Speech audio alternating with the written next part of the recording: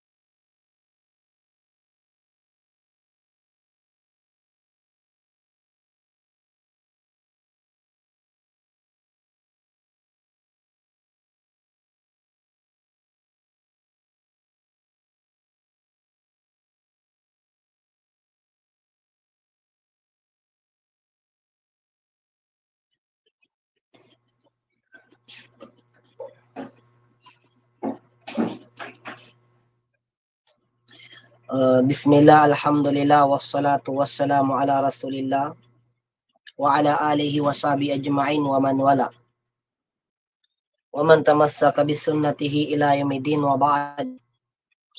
Ya Rabbana lakal hamdu kama yanbaghi bi jalalika li 'azimi sultanika subhanaka la ilma lana illa ma 'allamtana innaka antal alimul hakim.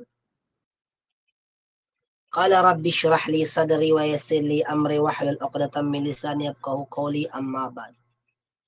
Allahumma salli wa sallim ala nabiyyikal karim Muhammad bin Abdillah.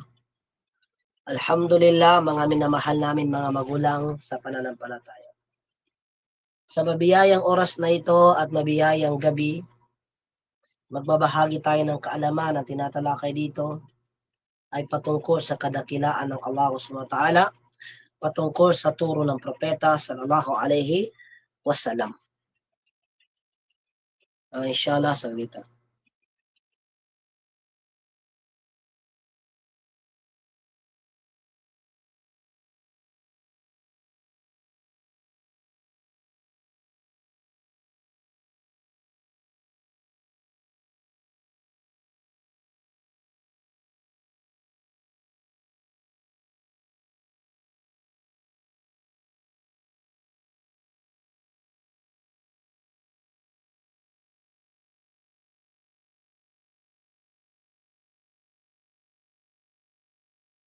Nakamute po kayo, Ustad.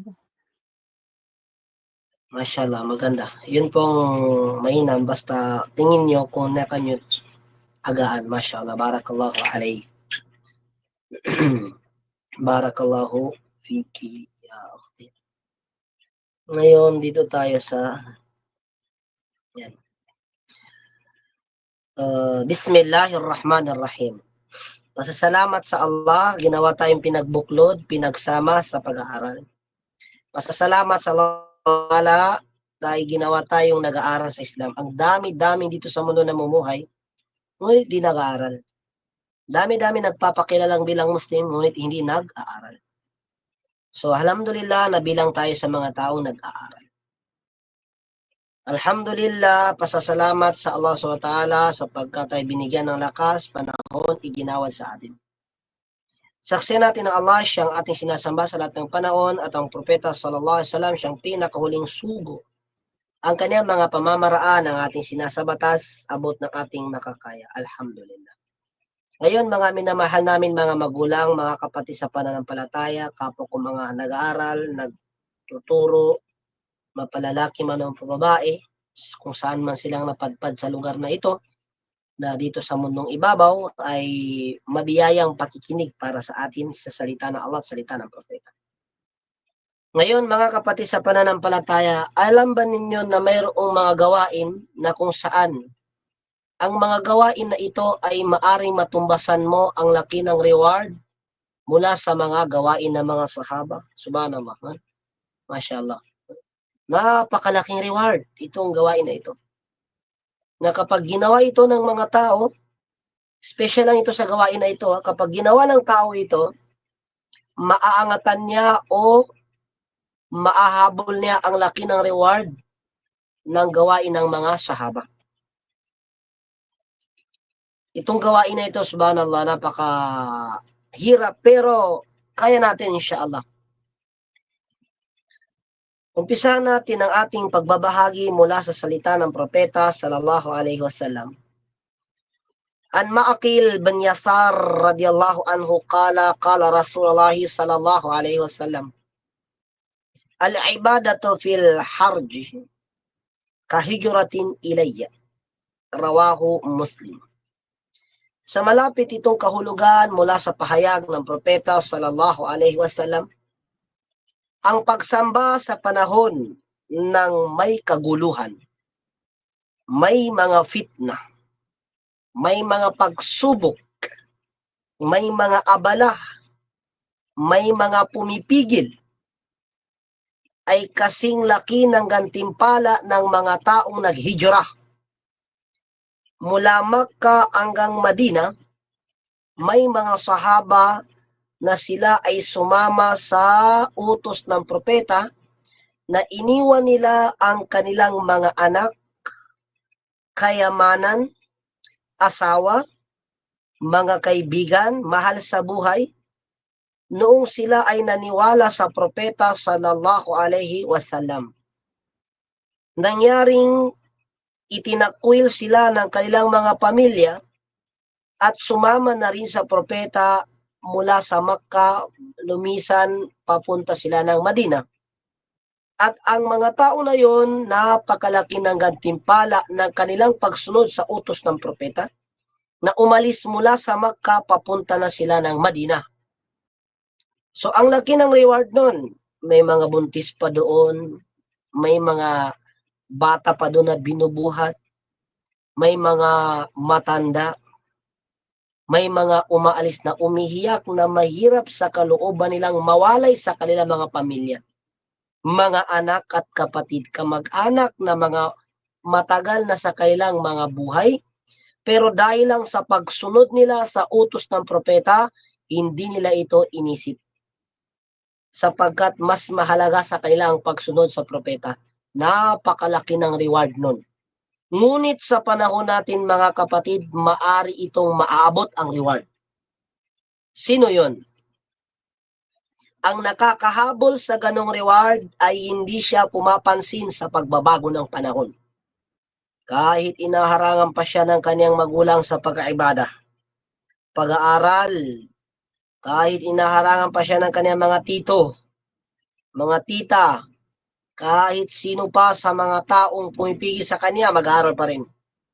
Nandun pa rin yung pag-ibada, nandun pa rin yung paghihijab, nandun pa rin yung pagsasala, pag-ayuno, at pagbibigay ng sadaka, nandun pa rin kahit na ang dami ng taong pumipigil sa kanya. Ang dami ng mga taong gumugulo sa buhay niya. Ngunit di pa rin nakalimutan ang pag-ibada. Ang reward nito, sabi ng propeta, katumbas ng mga taong sumama sa hijra para sa akin. So mga kapatid sa pananampalataya, huwag tayong sumuko sa ibada. Kahit sa panahon na madami ng pagsubok. Kasi ang iba tumigil na sa ibada pagsamba. Noong may pagsubok na, nawala na ng gana, namatay ang tatay niya, ustad, siya, di na nagsasala. May ganito, mga kapatid, totoo. Tatay niya, imam sa masjid, namatay ng tatay niya, wala na, kinalimutan na ang buhay ng gawain ng kanyang ama. Ang kanyang nanay, ustada, masya Allah. Pero nung namatay ng kanyang ina, Allah Akbar, di na naghihijab. Umatras na. Tinangay sila ng pagsubok. Isinama nila ang kailang kagustuhan sa pagnanasa. Kinalimutan nila ang mga ipinayo ng magulang na kapag ako ay mamamatay, pagpatuloy mo pa rin ang iyong mga gawain. Kinalimutan nila mga kapatid. Nakakita ng barkada, classmate, kaibigan, kamag-anak na kung saan nagikayat sa masama, nakalimutan ang utos ng propeta at ang kanilang mga magulang. Pero alhamdulillah, mashallah alayh, sa isang tao na kung saan kahit ang dami ng pagsubok, andyan pa rin yung pagsasala. Mayroon kami ditong kilalang balik Islam, share namin na. Subhanallah, Allah subhanahu wa ta'ala yudakhilu fil jannah. Papasok na Allah sa paraisong estudyante namin na ito. Meron ditong estudyante, tapos ng asar, nagtuturo ako dito sa masjid, sa every, Sunday, after asar ang maghrib. Nag-aaral ito, so magkukwento-kwentuhan, tinanong namin, anong hanap buhay mo? Balik Islam siya eh. Sabi, hanap buhay ko, Ustad, nangangalakal ako ng basura. Sabi, bakit ka nangangalakal pa? Ganyan palang buhay mo? Sabi niya, kinakailangan ko mangalakal ng basura.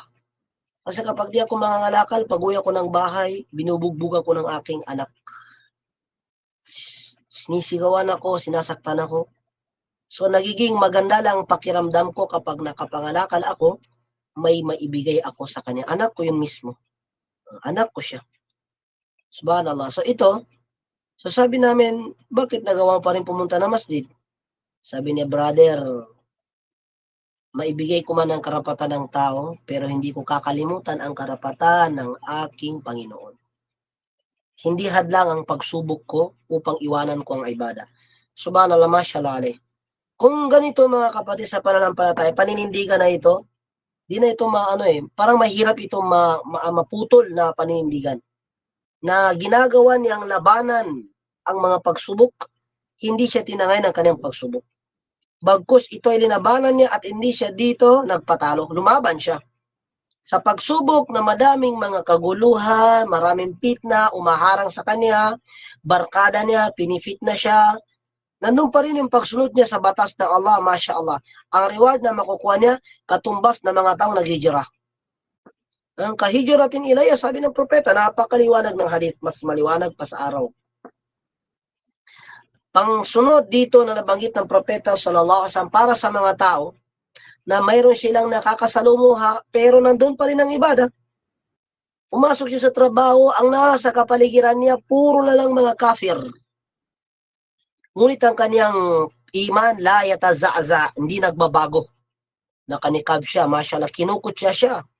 Hindi ka ba naiinitan, hindi ka ba nahirapan, maya-maya magsala ka, ganito gagawin, no? Wala sa kanya yun. Dinalabanan niya, wala siyang pakialam doon. Bagkus, kanyang ipinagpatuloy ang pag-ibada. Ito mga kapatid. Lalo sa Maynila, subhanallah, maghanap ng trabaho dito ng mga tao, lalo sa government, mahirapan ka talaga magsagawa ng ibada. Hindi ko alam sa mga Mindanao. Marami rin sa Mindanao, pero alhamdulillah, karamihan Muslim. Pero sa Maynila, papasok ka dito, subhanallah, mashallah alay sa mga Muslimah, na ganun pa rin sa kanila paninindigan na kahit na nasa trabaho sila, wala siyang pakialam kung ano mga nakakasalamuha. Importante, hindi nila nakakalimutan ang kailang pag-ibada. Nandun pa rin dangal na kailang mga pinapatibay. Ang propeta sallallahu alaihi wasallam kanyang sinabi, hadith na sahih, binanggit Imam al-Bukhari, al-mu'minu alladhi yukhalitu an-nas wa yasbiru ala adahum khairun min al-mu'min alladhi la yukhalitu an-nasa wa la yasbiru ala adahum. Wala hadithu sahihun. Ang mu'min, manampalatayang lalaki o babae, nakikisalamuha sa mga tao at nagtitiis kung ano ang mga naririnig mula sa mga tao at pinagsasabaran ito, pinagtitimpiyan at di nawawala sa kanyang pag-ibada. Ito ang mas malaking reward kaysa mu'min na walang nakakasalamuhang walang pinagtitiisan. Tingnan niyo mga kapatid sa pananampalataya, napaka ganda ng pagtitiis sa mga panahon na may pagsubok. Kahit may anak, mashallah, salam, dyan pa rin. Kahit may tindahan, napaka-busy, mashallah, nandyan pa rin. Kahit na may mga gulo, kahit na ang dami na ng kanyang problema, nandun pa rin yung ibada, mashallah. Ito yung tao na hindi nawawala ng tamang paniniwala. Nabanggit ng propeta sallallahu alaihi wasallam sa hadith na binanggit ni Abi Tha'laba na ito'y pinahayag ni Imam Tirmidhi. Anna Nabiyya sallallahu alaihi wasallam qal, tunay ang propeta sallallahu alaihi wasallam ay nagsabi, inna min waraikum ayaman, tunay sa inyong mga likuran sa susunod na mga panahon na may mga araw dyan. As-sabru fihinna mithlul qabd ala al-jamr. Subhanallah. Lil'amili fihinna mithlu ajri 50 rajulan ya'maluna mithla amalikum. Sabi dito sa hadith, sabi ng propeta sallallahu alaihi wasallam, tunay sa likuran ninyo may mga pagsubok na darating mga araw. Ang nagtitiis sa mga araw na yan na napakadaming pagsubok, ang mga pagsubok na yan na mga fitna, mga sakuna, mga lahat, madaming mga taong halos papatayin na ang taong nagdadakwa sa Islam. Gagawing masama na yung makatotohanan. Itatakwil na ang mga ulama. Pagpapatayin na ang mga maaalam. Aalisin na yung mga taong matutuwid ang paninindigan. Ang nagsasabar dyan, sabi ng propeta, ay parang umahawak ng baga ng apoy. Pag sila ay lalaban, itatakwil. Pag sila naman ay magtitiis, di sila mapapakali. Kapag sila ay tatahimik, lalaban pa rin. Babangon pa rin. Lil'amali fihinna, ang mga nagtitiis sa panahon na may pagsubok, may mga sagabal sa pag-ibada, mga kaklase, mga pamilya, kapatid, magulang, anak, mga kapitbahay, mga nasa kapaligiran na halos lahat nagsasabi, bakit ka nag-iibada? Bakit ka pa pupunta ng masjid? Bakit ka nagruruko samantalang mayaman ka, may kakayahan ka? Bakit ka nagruruko samantalang may trabaho naman na kung saan dapat magtrabaho ka? Kaysa pupunta ka ng masjid, pagbalik mo, mas nabawasan ka ng yaman. Magtrabaho ka. Yan ang inaano nila.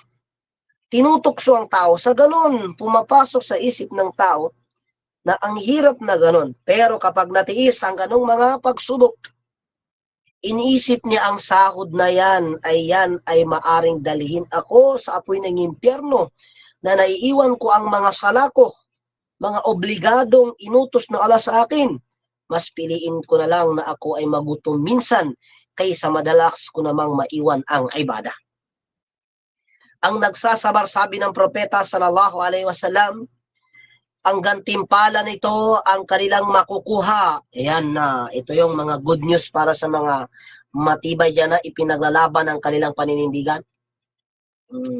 Kinukutya na sila, ayan pa rin, lumalaban, wala siyang pakialam doon sa pangutya, nandun pa rin ang ibada. Ito yon, mislo ajari 50 rajulan, ya'maluna misla amalikum. Ang gantimpala ng isang lalaki dyan o babae na nagtitiis sa mga pagsubok na nasa kapaligiran niya. Saytiru alay, nakapalibot sa kanya ang mga pagsubok na yan, pero nag-iibada pa rin.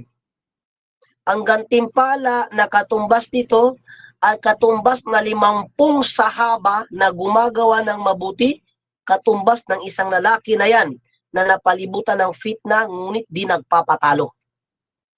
Subhanallah. Hadith na binanggit ni Imam Tirmidhi, napaka-authentic ng hadith na ito, sabi sa pahig na ating mga ulama. Lilamil ang nagsasabar dyan sa panahon na yan na napalibutan ng pagsubok.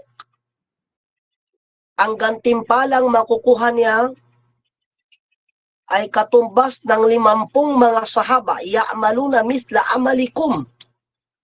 Ang gawain ng mga tao na ito, ang reward nila ay katulad ng inyong gantimpala. Ibig sabihin, 50 na sahaba gagawa ng pagtitiis. Mas malaking ang reward ng isang tao na ito na kahit sa napanahon ngayon, natapat sa panahon ngayon, na napalibutan na rin siya ng fitna, ngunit di pa rin nagpapatalo, lumalaban, maganda ang kanyang paninindigan, matibay. Yan ang nabanggit ng propeta sallallahu alaihi wasallam. Darating sa huling panahon si Imam al-Mahdi. Propesya ito, nabanggit ito na, binanggit ito ng propeta, napakadaming dalil, mo dito. Na darating sa huling panahon ng lalaki, ng pangalan ay si Imam al-Mahdi. Imam Mahdi, isa yun, malaking imam ito, na kung saan malapit na ang pagbaba ni Isa alayhis salam. At nabanggit ng propeta sallallahu alaihi wasallam, ang pagsasabar sa panahon ni Imam Mahdi, napakalaki ng gantimpala, sapagkat hindi lahat ng mga tao doon ay sumusunod na sa utos ng Allah. Ang karamihan ay lumalabag na sa utos ng Allah. Kapag napalibutan ka ng fitna at di ka pa rin sumama doon, mas pinili mo ang iyong iman na nakatatak sa iyong puso, ang ibig sabihin ng lakas ng iyong iman. Pero yung paunti-unti lang, nagsala ka, nag-ayuno ka, pinuntahan ka ng barkada mo, alika, inom tayo ng alak, sumama ka. Paunti-unti lang, nag-aaral ka ng Islam, nag-hijab ka, nagtututob ka, nagkikimon ka, binigyan ka ng kaibigan mo ng sigarilyo, nagsigarilyo ka. Isang bagay lang, di natiis. So kahit na sinong mga taong tuksuin tayo, bibigyan tayo ng fitna, nang sa ganun tayo ay makaalis sa ating paniniwala, itakwil mo yan. Huwag mo itong gawing sundin. Ngunit mga kapatid sa pananampalataya, kung sa kalagayan na yan, kahit na magsasalita ka sa kanila, kahit totoo pang sasabihin mo, di pa rin sila maniniwala. Dahil mismo ang Allah ang nagsabi niyan. Sabi na Allah subhanahu wa ta'ala, laqad ji'nakum bil haqqi walakin aktsarakum lil haqqi karihun. Katiyakan na aming ipinarating sa inyo ang katotohanan.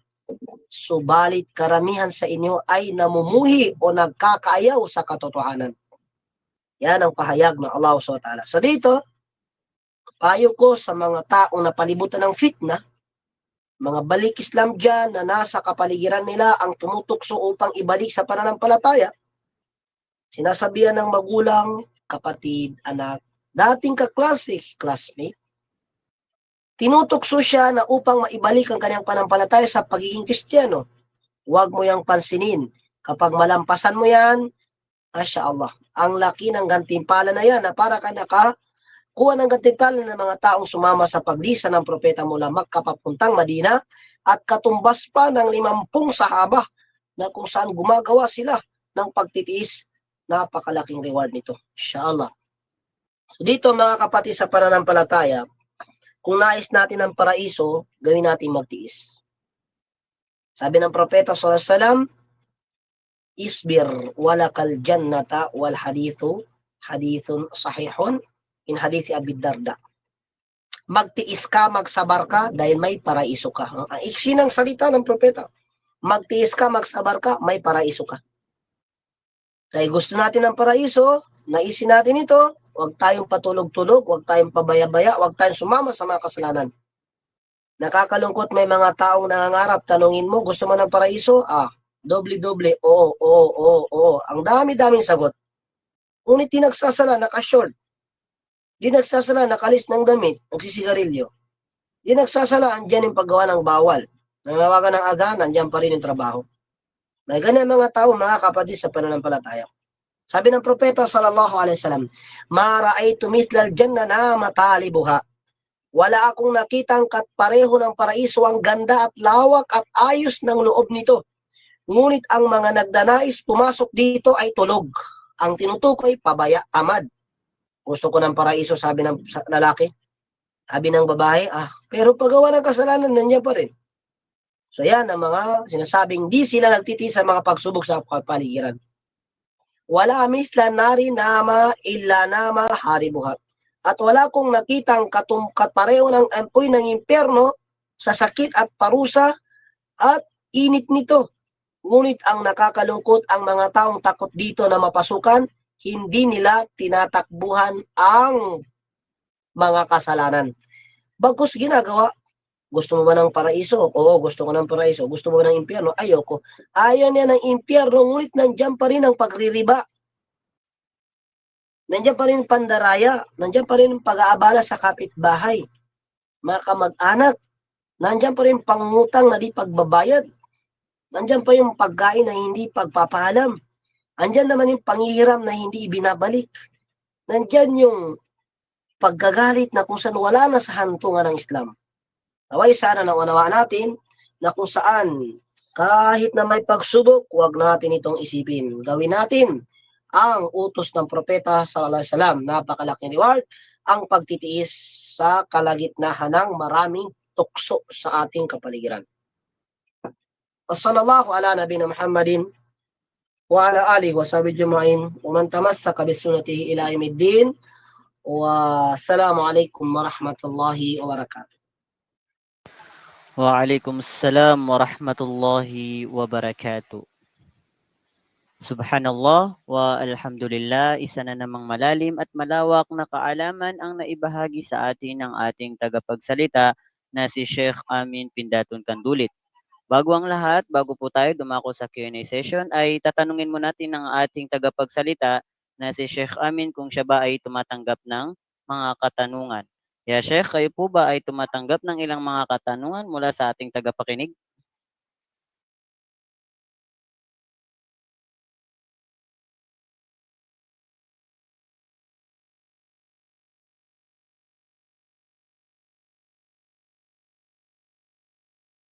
Nakamute ata kayo, Sheikh?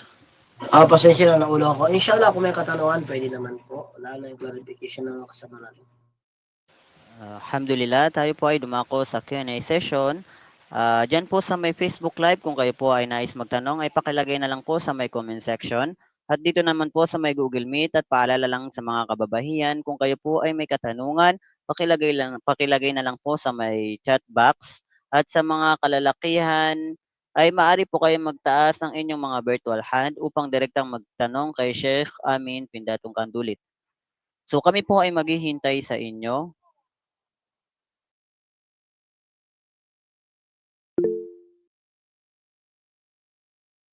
So, nagtaas ng kamay ang ating kapatid na si Hasim Karim. Tafaddal ya akh, mag-unmute ka na po. Assalamualaikum ya Sheikh. Ang katanungan ko po ay, kumbaga sa pamilya, ako po ay isang may kaunting kaalaman. Tapos, yung kaalaman ko na yun gusto kong iparating sa mga tao. Like, may dito sa amin, sa lugar namin, ngayon, may pagtitipon na soil sa ating relihon. Kumbaga, nag-consult sila dito tapos nag-post ako na kumbaga mga payo about Islam. Tapos sinabihan ka ng parents mo, sabi na delete mo yan, wag mo yung gawin. Kumbaga pinagbabawalan ka. Tapos dinilit ko po, sino po bang may kasalanan doon or maparusahan? Ako po o yung pamilya ko po? Yun lang po, tanong ko, Sheikh.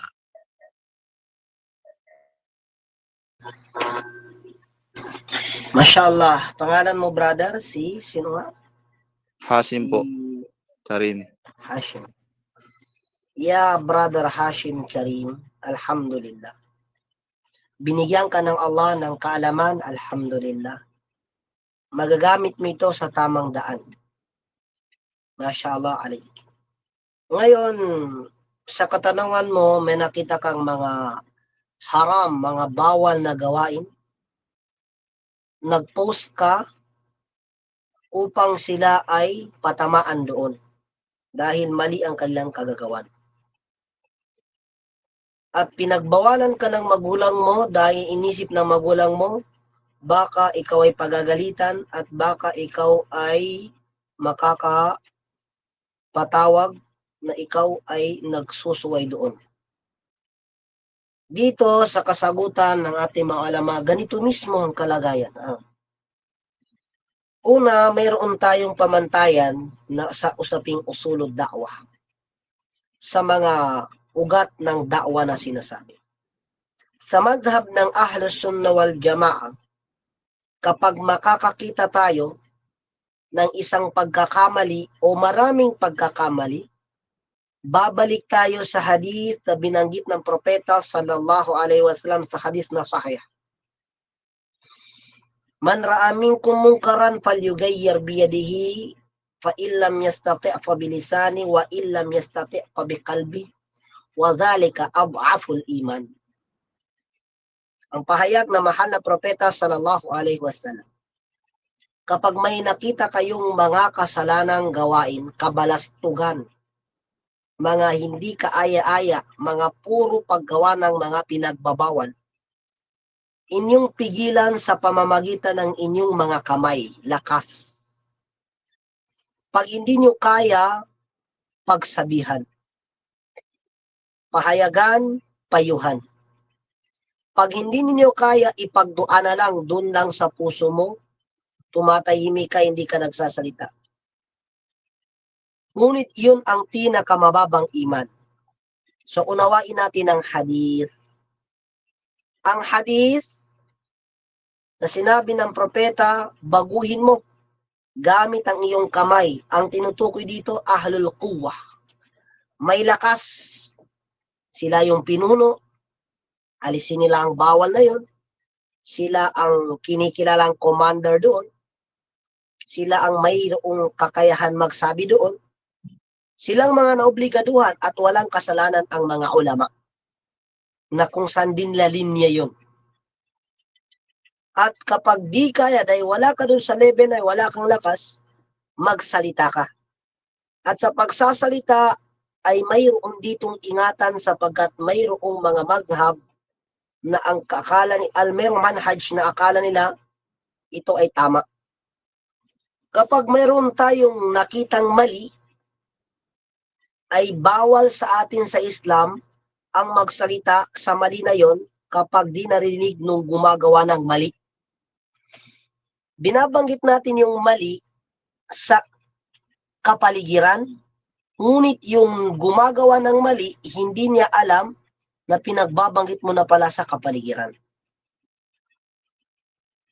Ito po isa sa madhab ng Khawarij, sabi ng ating mga ulama, na kapag may mali sa lugar at pag may mali sa ibang bansa at may mali sa pinuno, pinagbabanggit sa kapaligiran ang pagkakamali. Ngunit ang pamantayan, manhaj ng Ahlus Sunnah wal Jamaah mula sa akida ng mga Salafi, kinakailangan i-private siya o di kaya kung lantaran ng kanyang paggawang mali, dahil di na ito mapigilan, sasabihan siya sa kanyang harapan, kakausapin, hindi pwede na magsalita na kung saan hindi niya naririnig. Na katulad sa mga panahon na ito, na pinapatamaan ang mga pinuno ng lugar. Halimbawa, ng BARM, di ba may BARM? Ang dami-daming kumukutya na dinadamay ang mga ulama. Ito po ay madhab ng Khawarij. Kinukutya, focus lang sila sa mali. Halimbawa sa Saudi, si Obama, pumunta sa Saudi, Amerikano, US, Amerikano, presidente, nag-usap. Pagkaraan sila mag-usap, pinicture, sira na yung Saudi, napasukan na ng US. Madhab yun ng Khawarij. Ang obligado doon ay tumahimik. Obligado doon ay sila hindi magsalita. Bakit? Mayroong usapan doon. Hindi nangangahulugan ay kasama na. Hindi nangangahulugan, nakaupo ka kasama kapit, nakapicture ka, tapos pinost, kapit na yung kaibigan niya. Hindi. Sapagkat baka may transaction. So, ito yung mga iniingatan. Alhamdulillah, maganda yung tanong mo para mapaingat natin sa mga iba. Kapag may mga pagkakamali sa lugar, concert, mga bid'a, mga lahat, hindi pwedeng mag-public na sabihin sa lahat ng mga tao. Liban lamang kung pinaingat mo na di pa rin maniwala.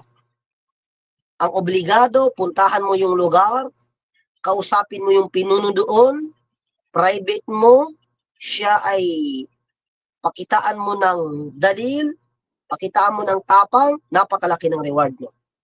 Sapagkat sa sinabi ng propeta sallallahu alaihi wasallam na hadith, afdalul jihadi indallahi qawlul haq inda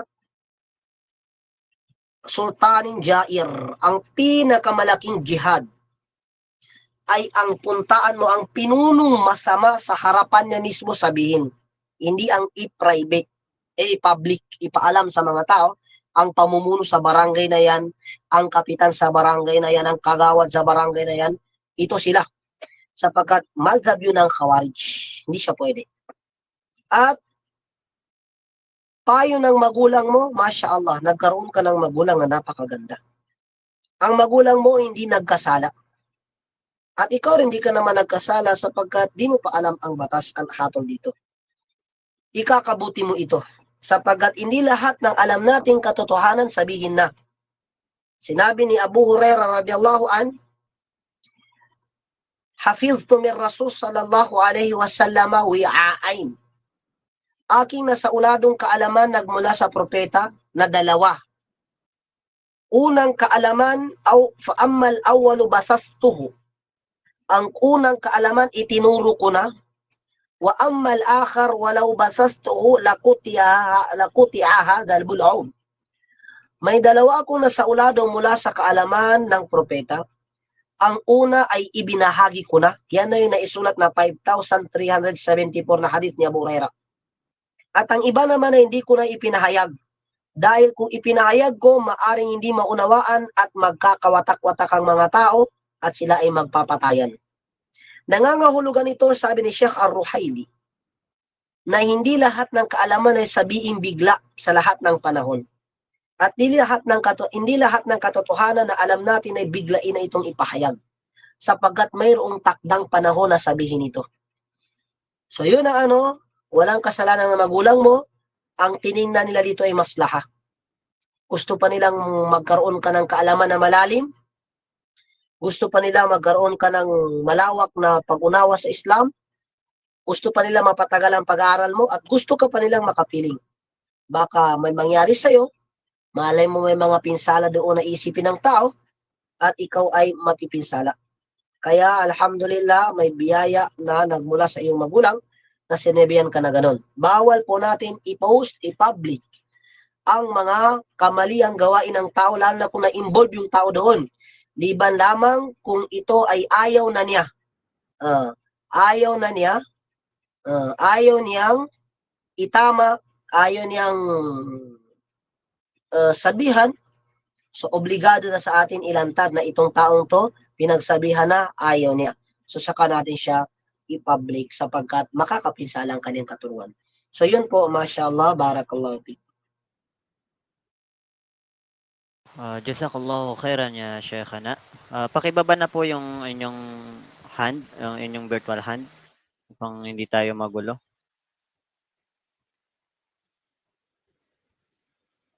Ya Hasim. So next question Sheikh is galing sa ating sister si Amina. Assalamualaikum warahmatullahi wabarakatuh ya Sheikh. Nagkaka-reward po ba ako or nagkakasala sa tuwing paglabag ko sa mama ko, pinapaalis niya po kasi ang hijab at nikab ko sa madalas na pagkakataon dahil ang init daw at kung ano-ano ang sinasabi pero hindi ko po sila sinusunod. Kinikis ko lang siya sa noo niya at hindi na ako nagsasalita para hindi sumama ang loob nila. Niya.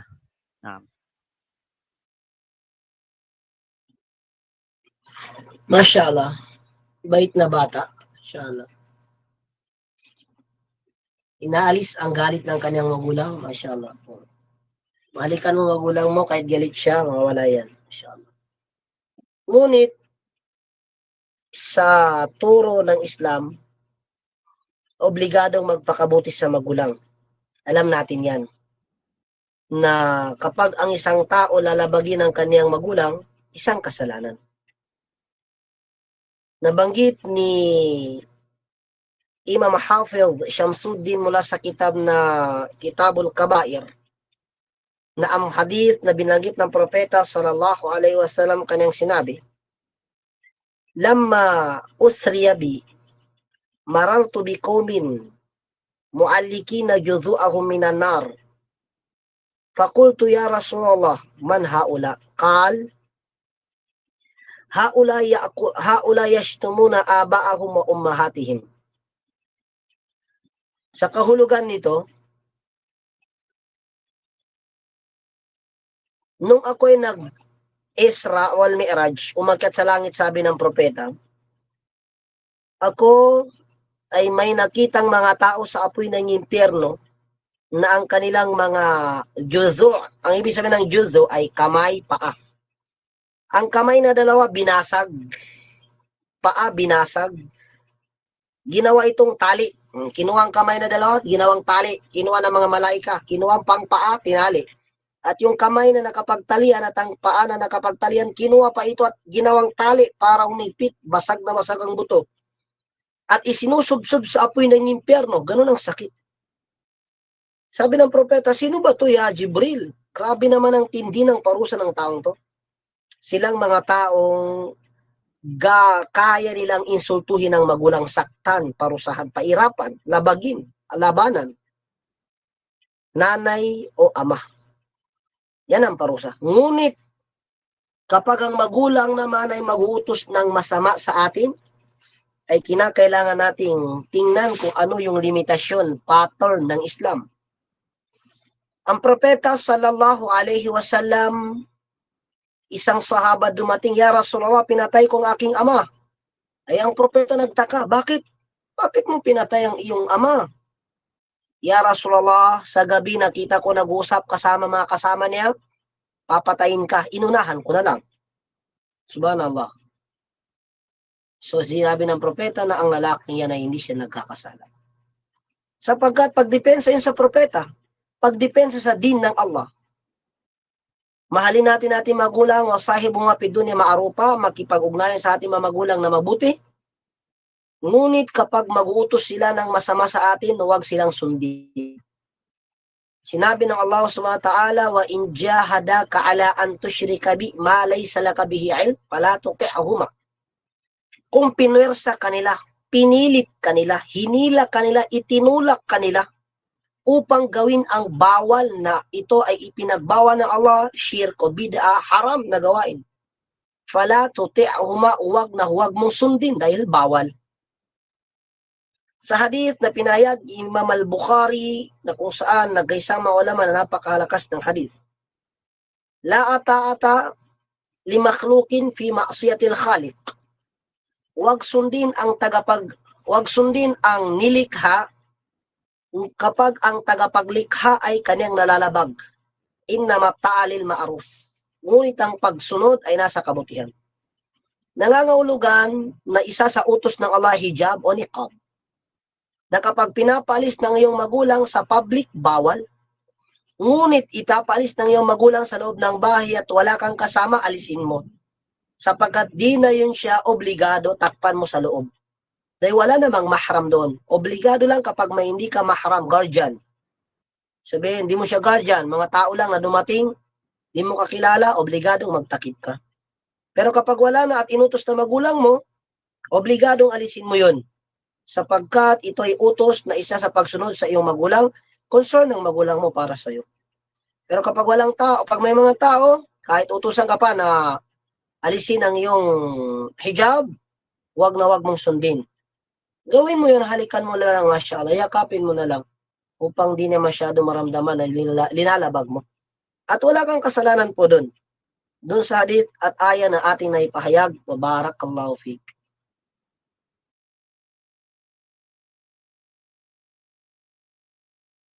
Jazakallahu khairan ya Shaykhana. Katanungan din po mula sa ating sister, si Laika. Assalamualaikum warahmatullahi wabarakatuh. Sheikh, maitatanong lang po. Isa po akong balik Islam. 14 years old po ako nung nag-convert ako sa Islam. At 16 na po ako ngayon. Nagninikab po ako pero maraming nagsasabi sa akin na bawal daw magnikab kapag balik Islam. Tapos gusto din ipatanggal ng parents ko ang nikab ko dahil mainit daw. Christian po ang parents ko. Ako lang ang Muslim sa amin. Pasensya na kasi naulog ako eh. Kaya di ko narinig ang kabuuan ng tanong. Pasensya na. Naam, Sheikh. Ulitin ko, Sheikh. So, sabi niya po, may itatanong lang po ako, isa po akong balik Islam, 14 years old po ako nung nag-convert ako sa Islam. At 16 na po ako ngayon. Nagninikab po ako pero maraming nagsasabi sa akin na bawal daw magnikab ang balik Islam. Tapos gusto din ipatanggal ng parents ko ang nikab ko dahil mainit daw. Christian po kasi ang parents niya.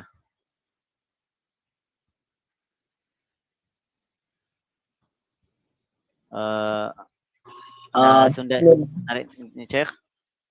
Maliwanag naman to, mashallah. Dito sa pagbibigay ng mga tao sa kapaligiran, hindi niya dito, walang specific na Muslim ba ito o kafir.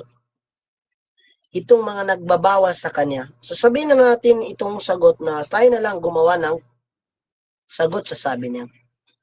Mapamusliman o mapakafir ang magsasabi sa kanya na alisin mong niqab o hijab mo. Huwag niya itong sundin. Sapagkat walang nagsasabi na kapag balik Islam ka, bawal magnikab. Hindi pwede yun.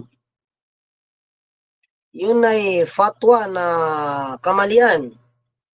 Yun ay turo na kamangmangan. Yun ay kapahayagan na ligaw.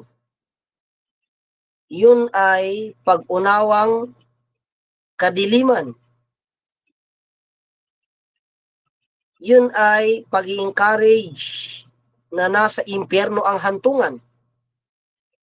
Ang ganong gawain, ang pagbibigay fatwa dito, hindi basta-basta dahil balik Islam ka lang ay hindi ka pwedeng magnikab. Kasalanan po yun. Sapagkat walang nabanggit na kapag balik Islam ka, bago ka sa Islam, bago magbawal magnikab. Kung kaya nga lang, pag nagbalik Islam ka na lahat, gawin mo lahat ng obligado eh. Pero hindi pwede biglayin. Bakit? Dahil baka hindi mo kaya, baka mabigla ka. Kung kaya mo lang, magbalik Islam ka ngayon, o balik Islam ka, magnikab ka na, magsala ka na 5 beses na pagsasala, mag-hajj ka na lang bukas, magayuno ka na ngayon, lahat gawin mo, yun ang mainam. Pero hindi kayang biglain. Pero yung pagninikab mo bilang nagbalik Islam ka, wala pong dalil na ganun. Bawal po yun na fatwa, katuruan po yun na mali. Nagnikab ka, ipagpatuloy mo, mashallah. Isa ka na sa binigyan ng Islam na karangalan. Dhalika azkalakum wa atahar. Yun ang mas kadali-dalisay sa babae na kapag sila ay kinakausap ng mga kalalakihan ay walang nakikitang mga balat o nakikitang bahagi ng katawan o ni isa walang nakikita sa kanya sapagkat nagtatago. Nagnikab ka, mashallah, hindi ka nakita ng mga kalalakihan. Sa hadith na sahih, khairu nisai alla yaraha rijal. Ang pinakamainam na babae ay siyang di nakita ng mga kalalakihan. Hindi yung pwede, walang turo na gano'n. So, pinagbabawalan ng kanang mama mo dahil mainit. So, hindi batayan ng init, hindi batayan ng tao, hindi batayan ng panahon. Sapagkat ang batayan ay ang turo ng Allah, turo ng propeta sallallahu alaihi wasallam. Kapag sasamaan mo ang katuruan ng mga tao na kaisipan lamang, maliligaw ka. Pahayag ng Allah subhanahu wa ta'ala, wa in tuti aktsara man fil ard yudilluka an sabilillah. Kung ang opinion ng mga tao ay susundin mo, Muhammad, maliligaw ka. Mawawala ka sa landas ng Allah. Pagpatuloy mong pagnikab mo, kahit na hanggang sa kamatayan mo, gawin mo yan. Insya Allah, naway gabayan ka ng Allah sa lahat ng panahon at pagtibayin ka sa iyong mga pagsubok na mga tinatamasa. Wa barakallahu fiik. Jazakallahu khairan ya Shaykhana al-Fadil. Doon sa kapatid natin natin ya Shaykhana si Hasim Karim, yung follow-up question niya dito is nandito sa comment section. Kaso po is Maranao po. Gusto Di ako niyang, kasi naam ya Sheikh. di ako nakaka-open ng message kasi nahuhulog ako eh. Kaya nga ako nahuhulog ka, ino-open ko yung message eh. Bali, i-copy ko na lang to Sheikh, then send ko sa'yo. Pero Sheikh, Kasi, nakaintindi ka ng Maranao Sheikh? may sabot ako, may ito. Naam. I-PM mo na lang ako Hasim para mai-send ko sa iyo yung kasagutan ni Sheikh. So siguro isang ganito na lang tayo ya Sheikh Al-Fadil. Jazakallahu khairan ya Sheikhana. At sa mga nakibahagi ngayong gabi, maraming salamat po sa inyo. At bilang pagtatapos ng ating muhadara ya Sheikhana ay inihiling po namin sa inyo na magbigay ng panghuling salita or payo at pangunahan po kami sa kafaratul majlis. Inshallah, hanggang dito na lang ang ating programa na may maging matibay ang ating pananampalataya kahit sa kabilang nito ay harap-harap natin ang trabahong nakatambak. Alam natin ang mga trabaho ng mga iba dyan, sinisingit lang ang ibadah. Dalangin niyo sa Allah SWT na mabago ang inyong kalagayan, na bigyan kayo ng focus sa ibadah. Bigyan kayo ng oras at panahon na kayo ay aharap lagi sa Allah. Hindi ganyan sa panahon na yan na parang nasisingit lang ang sala dahil sa trabaho. Dalangin niyo sa Allah na hindi yan panghabang buhay. Bigyan kayo ng panahon na kayo ay makapagpursigi sa kanyang kautusan, na kung saan kayo ay maluwag at kayo ang pipili sa oras ng ibada. Hindi ang isisingit lang ang ibada dahil sa dami ng trabaho. Okay naman ang pagtrabaho, insyaAllah, pero dalangin natin sa Allah na magbabago ang buhay natin, na mabigyan tayo ng oras nang sa ganon upang ating sa buhay ang ating pinag-aaralan lagi. Wa barakallahu fikum wa jazakumullahu khaira. Subhanakallahumma bihamdika asyhadu an la ilaha illa anta astaghfiruka wa atubu ilaik. Assalamualaikum warahmatullahi wabarakatuh. Waalaikumsalam warahmatullahi wabarakatuh. Alhamdulillah, naway maging ilaw at gabay ang ating natutunan ngayong gabi. Hindi sapat ang kaalaman kung hindi ito isa sa buhay. Gamitin natin ito upang lalo tayong mapalapit kay Allah subhanahu wa ta'ala. Hanggang sa muli mga kapatid sa pananampalatayang Islam. Wassalamualaikum warahmatullahi wabarakatuh.